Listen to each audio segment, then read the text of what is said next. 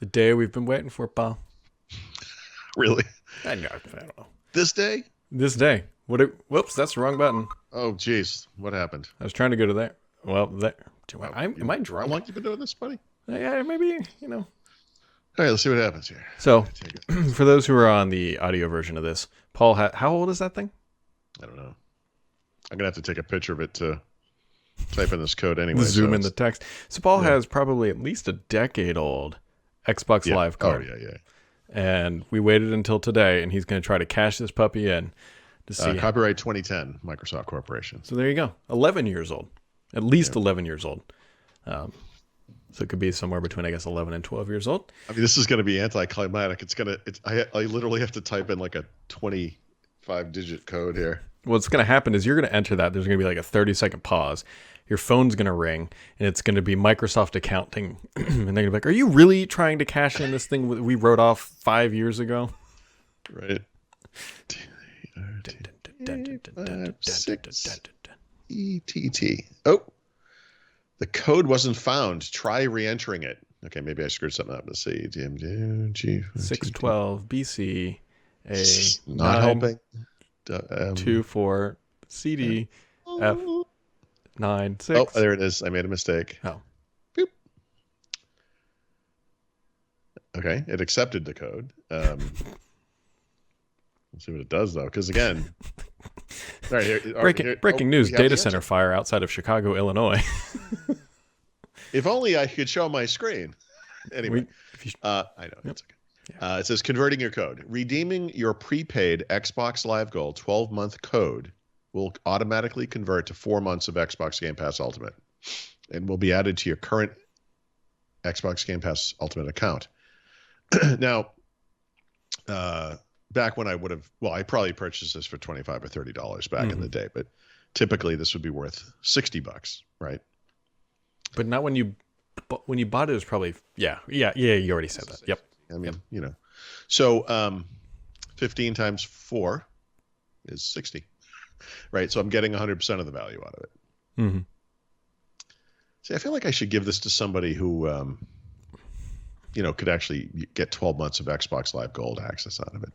Oh, you should give it to them now because they can't redeem it. So give it to an enemy. I've got a couple people if you need to ruin that. Wow. Well, I wasn't trying to punish anyone, Brad. I was.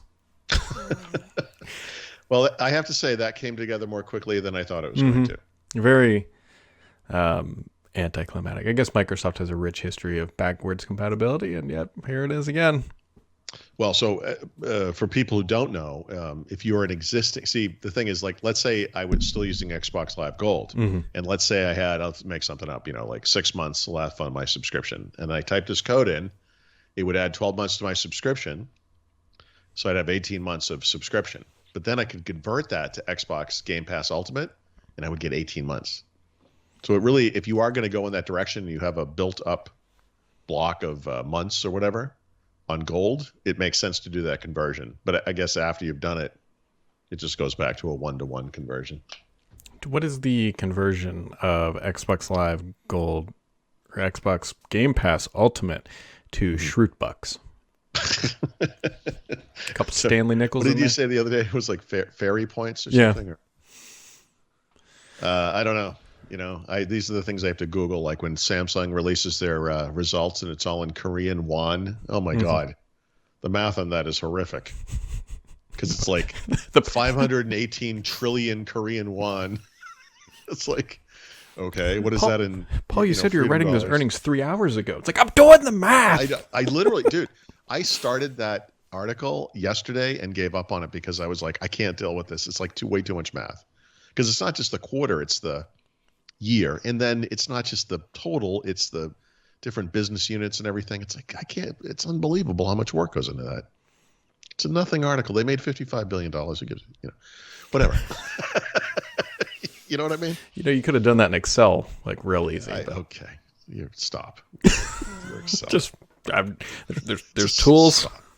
Self-help books. You're a tool. That's what I have to say. Wow, this is turned dark. Turned dark. Oh, God. So, anyways, here we are. It's Friday. We've already insulted each other twice. We've redeemed an Xbox Live Gold card. I guess we're all set for the weekend. Sounds good. I mean, what else See is you on left? Monday. What else is left? Oh, bad. Oh, so Samsung, what that you said made $55 billion or something in revenues. in revenues. Yeah, 55 billion. I think that was the number. Let me make sure that's correct. Did they say what they made in their mobile? Yeah, and now you're gonna make me bring it up. The mobile did well. You got to remember that business is a couple of different things, right? Mm-hmm. But 20 billion of that was mobile, right? Wow. 10 billion of that, almost 9 billion, was displays, and a big chunk of that, they don't call them out by name, but it's very clear who they mean, is iPhone displays, right? So because iPhone had a great quarter last quarter, so did Samsung's display business. Yeah, I thought I heard that, and I might be wrong, but LG had lost some of their display business, or maybe entirely. So I think, yeah, I don't know if they lost it or they are just exiting that business or something.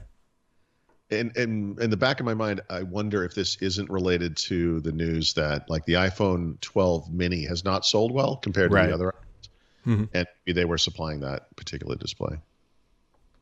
Could be. Yeah, I have that in the back of my head somewhere.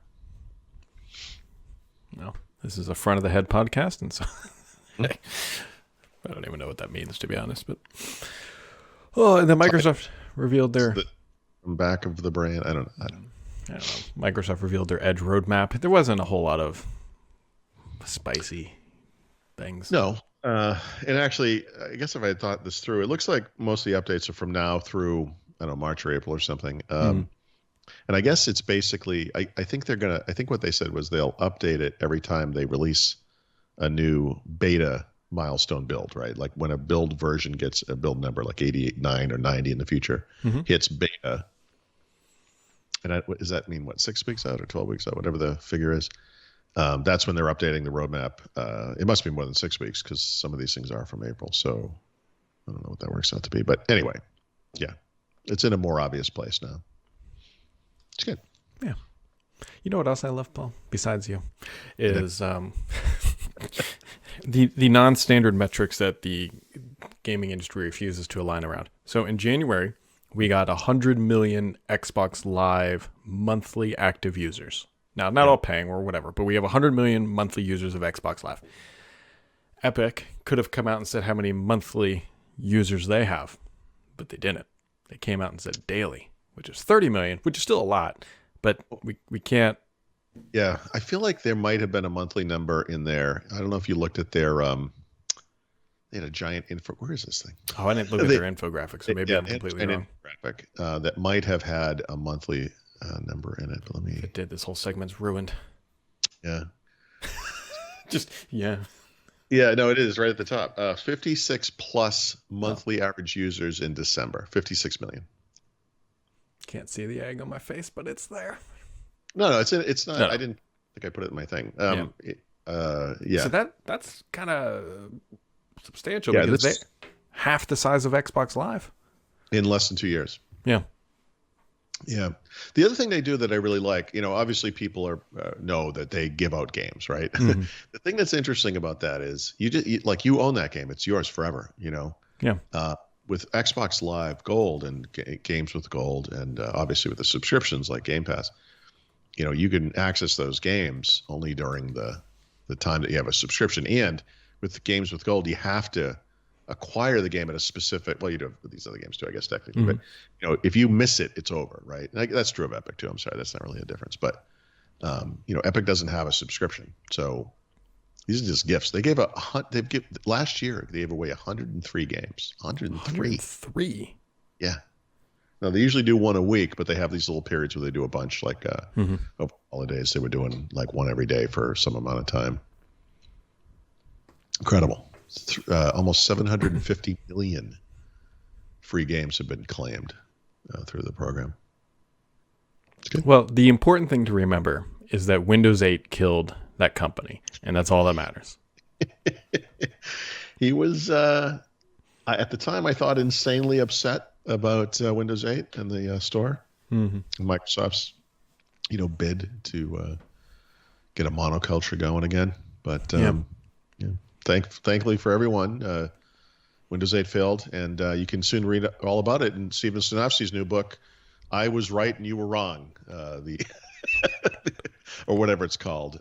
Is he actually writing a book? Oh, yes, he is. Oh, God. Yes. Is this the first thing that's going to be published by Andreessen Horowitz or whatever, their new publishing arm? Oh, boy. I don't know. Yeah, that'll be...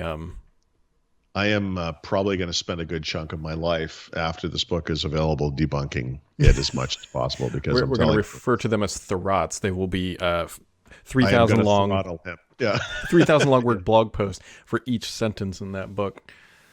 Well, it will actually be the reverse, right? It would be like a one sentence for every 3,000 words he writes that explains why what he wrote was nonsense. Yeah. Well, that will. I wonder how he's going to approach Windows 8. That'll be. It's like how I released a service pack to Windows Vista, and everyone thought I was a hero, and then I did Windows 8, and now I can't get a job. Oh, God. Yeah, that's what it should be, because that's what happened. Yeah, well, at least he left Microsoft with a good reputation. He got years. I don't know. There's not a whole lot else going on. There was that Surface Duo update. Did I write that yesterday? Sometime yesterday, something like that. It improves some stability, makes Microsoft 365 apps better, tells us nothing about Android 11 arriving. Did it add like a third screen or? That would be the ultimate. Like you install it and this other screen just slides out and be like, gotcha. Oh, there it is. That's why it's $1,500. Like that would be great. So I don't know. You got anything going on this weekend? My wife's birthday. Oh, fantastic. Yeah. It's already been ruined. Well, in the sense that the present I ordered for her arrived while I was at the gym, and she brought it in the house and saw what it was. Fantastic. And then I ordered a present for my kids because they're not here, and they paid me, but that arrived, and she brought it in when I was at the gym, and she saw what that was. It's like, I'm trying here, Brad. Yeah. I'm trying. I'll tell you what, I am a little nervous / irrationally excited. A month ago, we ordered a blind for our large front window. 107 inches by about 52. Pretty big window. Pretty big window. Yeah. It's supposed to arrive today. It's going to be automated. It's going to be. Yes, right. So it's supposed to arrive today. I hope that it all works and I can get that thing installed, but I've been waiting for that. I would like you to say the following phrase in front of your wife, and then because this is the type of thing I would say, and then I immediately look to the person I'm with to gauge their reaction to this comment, because the expression should be one of confusion, and the expression is, "I'm going to HomeKit the hell out of this thing." That's how I do. That's how I talk, and then people are like, "What? Did you just have a stroke?" I don't even know if this one actually works with HomeKit. I think it has its own. You can jiggle it, however you want, but I mean, the point is. Yeah. Well, I know it comes with a remote. So worst case scenario is I'll get a little Raspberry Pi with like a little actuator that just presses the button at sunrise and sunset. Like one of those Cuckoo Bird things. Yep. It will actually it will pop down and just hit the button. Every morning with your chirp, chirp, chirp. It just goes up and down because it never stops. I'll be cashing in the warranty on that motor after like 3 weeks. Like, how'd you break it already? I had no idea. No idea. So, sure. Yeah. What about you, Brad? Anything exciting this weekend? I gotta say a small prayer. I'm going to a horse event. I don't know the name. Event. Yeah. I think the term would be equestrian event. Going to a horse event. So my daughter's been taking riding lessons because it's been kind of like a perfect quarantine thing, because it's you're on a horse, it's one person, they hold a lead line, they're 8 feet away. They have really limited, so when we're at the barn, there's 5 people maybe, the whole barn. It's great. It's worked out really well. And of course they have these monthly shows, and we've never done one because my kid is only 5 lessons in. But at this point she's at 12 and whatever. So we're doing this thing on Saturday. And it's you have to go and you drop your kid off, then you have to sit and wait in your car until their thing comes up, and then you can go in and watch your kid do her thing. And then I think this does not sound like fun.